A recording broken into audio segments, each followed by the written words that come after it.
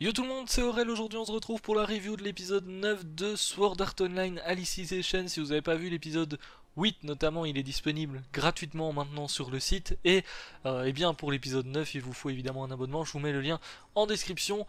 Comme d'habitude, c'est un épisode assez intéressant parce qu'on apprend un petit peu le fonctionnement de ce monde, là où est Kirito actuellement. On est toujours du côté de Kirito ici, donc dans l'Underworld notamment, et on apprend un petit peu le fonctionnement, notamment les différentes classes. Donc bon, on sait qu'il y a très certainement des nobles et des paysans, etc. Mais on apprend un petit peu le fonctionnement justement de ces classes-là, notamment dans cet épisode-ci. Donc c'était assez intéressant. On a une partie de l'épisode qui est un petit peu plus centrée sur Eugeo notamment, qui cherche un petit peu comment devenir plus fort, parce que il cherche tout simplement ce qu'il doit apporter à son épée, ce qu'il doit donner à son épée pour devenir plus fort. On avait vu notamment que chaque personne en fait, euh, je sais pas comment expliquer ça, avait des croyances avec l'imagination, etc. Ça donnait de la force aux épées. C'est ça qui permettait aussi d'avoir des techniques, tout simplement, donc des skills avec les épées. Et notamment, Eugeo, il est un petit peu derrière tout ça parce que il n'a pas vraiment de euh, quelque chose à apporter tout simplement à son épée pour avoir des techniques, etc. Donc on a le début d'épisode qui est centré là-dessus. D'ailleurs, on a Eugeo qui affronte Humber, si je me trompe pas, Humbert, je sais pas comment est-ce que vous prononcez, hein, c'est un des deux qui se foutent toujours de la tête de Geo notamment, et Kirito, qui sont dans la classe, hein, on les a vus depuis quelques épisodes. C'est vrai que certains d'entre vous m'avaient dit tu vas bientôt voir qu'ils vont servir à quelque chose, etc. Et enfin ils sont un petit peu plus mis là en avant parce que depuis le début on les voit, mais c'est tout. Genre ça va pas plus loin, on les voit rigoler de Kirito et Eugeo, mais c'est tout. Alors du coup notamment, on a Eugeo qui affronte justement Humber, qui est le deuxième, si je me trompe pas, c'est celui qui a terminé deuxième là au petit tournoi qu'ils ont fait, notamment Raios qui était le premier. Donc Raios c'est celui avec les cheveux blonds un petit peu plus longs. Et notamment donc on a Eugeo qui l'affronte, et au final bon ils finissent sur une petite égalité. On voit un petit peu la force d'Humber notamment, qui ma foi a l'air tout de même assez fort, hein, l'air de rien d'après ce qu'on a vu. Et du coup on a Eugeo qui réalise petit à petit qu'il faut qu'il trouve euh, exactement sa force, tout simplement. Il faut qu'il trouve de où puiser sa force, tout simplement, parce que il a l'objectif effectivement d'aller sauver Alice, mais ça suffit pas pour avoir tout ce qui est compétences, etc.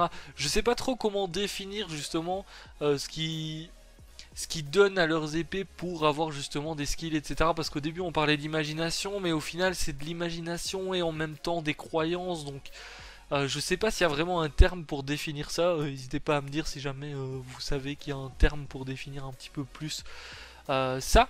Alors ensuite on a Géo qui se pose un petit peu des questions par rapport à la table des interdits notamment, et à ses règles. Donc ça, mais ça me fait un petit peu penser, on avait su que notamment certaines personnes pouvaient un petit peu aller contre la table des interdits s'ils étaient influencés, etc. C'est d'ailleurs pour ça que Kirito a été envoyé dans ce monde-là notamment. Et donc là on voit un petit peu l'influence que Kirito justement a sur Eugeo, qui commence à se poser des questions par rapport à cette table des interdits.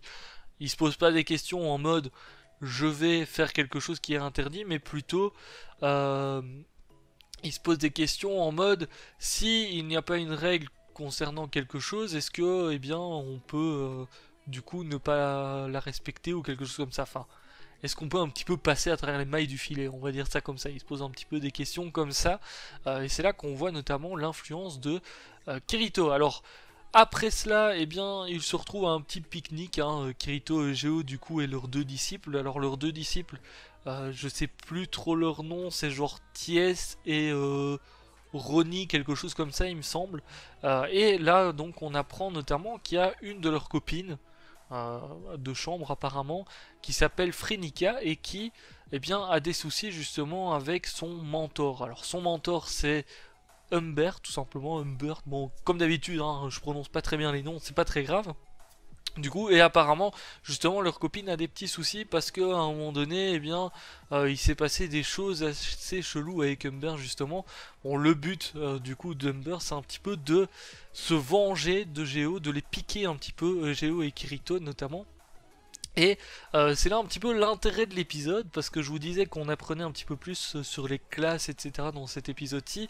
Eh bien, on voit tout simplement que les nobles méprisent un petit peu justement les paysans, etc. Alors pas forcément tous, parce que notamment dans les deux disciples Thiès, on apprend que c'est quelqu'un d'assez noble quand même, même si même parmi les nobles il y a plusieurs classes, etc. D'ailleurs, eh bien ici on voit que certains nobles veulent un petit peu mépriser les paysans, etc. Bon, Géo et Kirito ils sont considérés du coup un petit peu plus comme des paysans, comme des pauvres, etc. Et notamment, eh bien, justement, il y a Humber qui en profite et qui embête un petit peu Phrénica parce qu'il sait que ça va arriver justement aux oreilles de Géo et Kirito. C'est un petit peu son but parce qu'il veut emmerder Géo, étant donné que bah, il y a eu un petit peu un match nul entre les deux. Notamment, bon, à partir de ce moment-là, on se doute bien que Kirito et Géo, notamment, ils vont pas rester là sans rien faire, hein, en apprenant ça, et du coup, ils décident d'aller tout simplement parler à Humber justement et Rios, si je ne me trompe plus sur son nom. J'ai noté les noms à chaque fois. Raios, voilà, c'est plutôt ça. Et notamment, eh bien, on a eu un Kirito qui était assez en retrait dans cet épisode-ci. J'ai trouvé dans ces scènes-là parce que Kirito, ben, il est souvent là. On l'a vu depuis qu'on le connaît. On voit souvent qu'il est là pour défendre un petit peu les gens, les faibles, etc. Et notamment dans des situations comme ça, je pense que Kirito habituellement aurait réagi. Ici, c'est Eugeo qui a pris un petit peu plus la parole et Kirito l'a laissé faire tout simplement pour voir justement la réaction de Geo. Donc j'ai trouvé que Kirito était très calme dans cet épisode-ci parce que eh bien, justement, il gardait son sang-froid, etc. Contrairement à Geo qui avait un petit peu plus de mal notamment. Donc au final, il se retrouve en confrontation justement avec les deux nobles. Et bon, on apprend que notamment Phrénica a été utilisée par Humber pour lui faire un massage, etc. Mais pas n'importe quel massage parce qu'elle était en petite tenue, etc. C'était dans le bain. Donc voilà, ça énerve un petit peu Géo, hein, cette histoire-là, clairement, parce que Géo, à un moment donné, bah, il essaye d'aller chercher son épée, sauf qu'il n'a pas sur lui, sinon bah, il aurait clairement fait une erreur, hein, tout simplement, parce qu'il a quand même des règles à respecter aussi dans l'académie, donc il aurait fait une erreur, et c'est ça, tout simplement, le but justement d'Humber et Raios. Il y a Kirito qui regarde un petit peu ça justement, qui lui dit de bien garder son sang-froid, etc. pour pas justement commettre une erreur, parce que bah, il faut pas commettre d'erreur, parce que sinon bah, ils vont avoir des soucis. Tout simplement. Alors on apprend plusieurs choses, notamment aussi dans cet épisode-ci, c'est que eh bien, les nobles en soi doivent rester avec les nobles, parce qu'on a Thiès qui vient un petit peu parler à Géo justement, pour voir un petit peu ce qui s'est passé et tout. Et bon, Thiès lui dit, bon, je devais devoir me marier à un moment donné, etc. Et je suis obligé de le faire avec quelqu'un qui est de la même classe que moi ou d'un rang au-dessus. Et bon, là, bon, elle demande à Géo tout simplement de gagner le tournoi qu'il va y avoir, le tournoi d'épéistes, etc. qu'il va y avoir à l'académie, et même avec d'autres régions, les 4 autres régions, je crois, c'est quelque chose comme ça. Et elle lui demande tout simplement de gagner justement ce tournoi, parce que quand tu gagnes en soi ce tournoi là, ou que tu te classes bien dans ce tournoi là, et eh bien c'est un petit peu comme si tu montais de rang dans la société, on va dire ça comme ça. Et donc elle lui demande tout simplement de gagner ce tournoi, en tout cas d'aller le plus loin possible justement. On a très bien compris que elle voulait aller un petit peu plus loin avec Géo, hein, et que si elle avait le choix de se marier avec quelqu'un, ben, ça serait plutôt avec lui notamment. Bon, Géo il dit t'inquiète pas, je compte aller loin, etc. dans le tournoi notamment. Sauf que ben, lui il pense toujours à Alice notamment. Donc c'est là qu'on voit un petit peu justement les différences de classe, et c'est ça qui est montré dans tout cet épisode, c'est qu'on a les nobles, on a euh, les autres qui ont beaucoup moins de choses en tout cas, et même parmi les nobles, bah, vous voyez que selon la classe que tu as, bah, tu peux très bien être supérieur aux autres, etc. Donc ça veut dire que tu as des nobles qui contrôlent un petit peu tout. On apprend quand même une chose assez importante, c'est que si jamais il y a une guerre, eh bien il y a quand même certains nobles qui vont se battre pour le reste du peuple. Hein, c'est Thiès, je crois, qui raconte ça à un moment donné, notamment, mais on voit qu'effectivement c'est un monde où eh bien t'as encore différents types de classes, etc. et que bah, un petit peu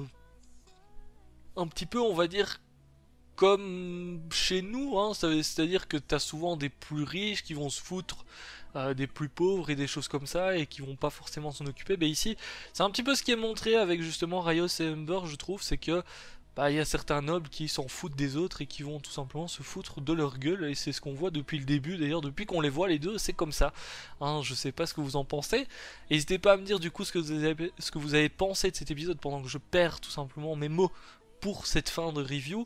C'était assez intéressant, un petit peu plus long, mais c'était sympa de voir un petit peu justement Riot et Ember, parce qu'on les voit depuis le début mais on sait pas trop à quoi est-ce qu'ils servent, donc je pense qu'ils vont servir très certainement à EGO notamment. Donc c'est EGO qui va réussir à trouver la force de son épée, la force à mettre dans son épée grâce à eux, enfin grâce à eux, ou bien en tout cas suite à ce qui se passe justement avec eux, je pense. Donc ça va être assez intéressant, et puis surtout bah je suis impatient de voir un petit peu ce que Géo va faire, parce que Kirito on voit un petit peu ses techniques et tout. Géo c'est vrai que jusqu'ici on l'a pas trop vu. Hein, d'ailleurs, on l'a vu au début de l'épisode où il s'entraînait et tout avec son épée en bois, sauf que bah, il tapait juste sur un tronc. Hein, donc hein, ça fait un petit peu bûcheron comme il était à l'époque. Donc c'est vrai que je suis un petit peu impatient de voir ce que Géo va faire tout simplement. En tout cas, n'hésitez pas à me dire ce que vous avez pensé de cet épisode, à lâcher le petit pouce bleu si la review vous a plu. Et je vous dis à la semaine prochaine pour la review de l'épisode 10. Ciao, bye bye.